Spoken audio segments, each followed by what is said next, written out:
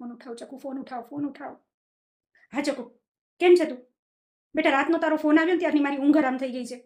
બિલકુલ વિચારતી નહીં, કંઈ પણ ના વિચારતી. તારા પપ્પાને મેં અત્યારે જ મોકલી દીધા છે તેડવા માટે. તું તૈયાર થઈ જા અને અહીંયા આવી જા. બીજું બધું આપણે પછી વિચારશું, અત્યારે કાંઈ નથી વિચારવું, બરાબર? તું પપ્પા સાથે આવી જા અહીંયા. તારા પપ્પા તને લેવા આવે છે, હો? બરાબર, તાર જરાય સહન કરવાની જરૂર નથી. તું આવતી રહે અને રડતી નહીં સહેજ પણ, હો? તારા પપ્પા કહી દેશે, તું તૈયાર રહે, તારા પપ્પા આવે જ છે, હો ને? સહેજે ચિંતા ન કરતી બેટા, અમે ઊભા છીએ તારી પડખે, હો? અમે તારી સાથે જ છીએ.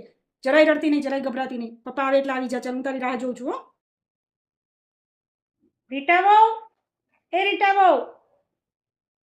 હા, હમણાં હું નાવા ગઈ ત્યારે કોનો ફોન હતો? કોની યાર વાતો કરતા હતા? કોનો? ચકુનો? તે હું સમજાવતા હતા તમે એને? અરે આવી શિખામણું દેવાની હોય? લાવો જરા ફોન લગાડીને મને આપો એટલે હું વાત કરું એની જોડે. જાય છે. હા બેટા ચકુ, બા બોલું. બોલ, કેમ છે બેટા? હા, હું કહીશ તારમાં? રાતે ફોન હતો તારો? શું મુશ્કેલી છે બેટા? બોલ જોએ. હા બેટા, જો તારી માન તો કઈ ભાન પડતી નથી. કારણ વગરની શિખામણો દઈને તારું ઘર ભંગાવશે. એટલે એની શિખામણો સાંભળતી નહીં. જો બેટા, હારે છે ને થોડું તો સહન કરવું પડે દીકરીની જાતને. આ અમે બધાય સહન નથી કર્યું, મેં કર્યું, તારમાં એ કર્યું છે. એટલે હારીમ સહન તો કરવું પડે, દીકરીને શીખવું પડે. સહન શક્તિ હોય ને તો જ હારું ટકે. આમ કઈ મોઢું ઉપાડીને વારે વારે પિયર ભેગું ન આવી જવાય.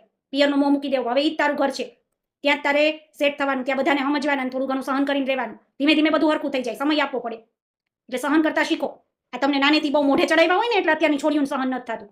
એટલે થોડું સહન શક્તિ રાખો. હારું એમને નથી કઈ હચવાતું, સમજ્યા?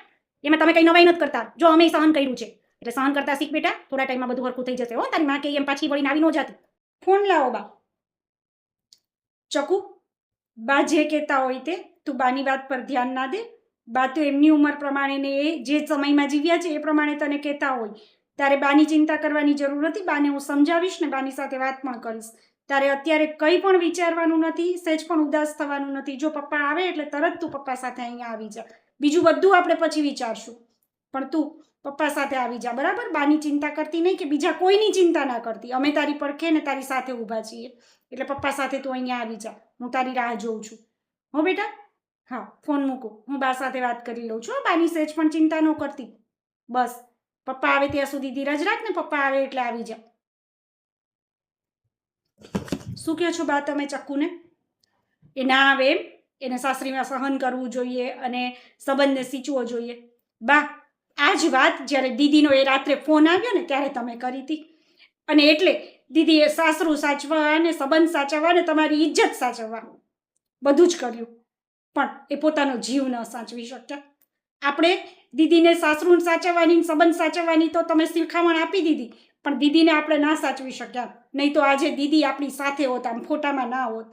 બા, તમે દીદીને ન સાચવી શક્યા એટલે દીકરીને સાચવવાને બદલે બીજું બધું જ સચવાયું. એટલે ન તો સંબંધ સચવાયો, ન ઇજ્જત, અને દીકરીએ પોતાનો જીવ ગુમાવ્યો. તો બા, આવી શિખામણ મારે મારી ચકુને નથી દે. હા રીટા બહુ, તારી વાત સાચી છે.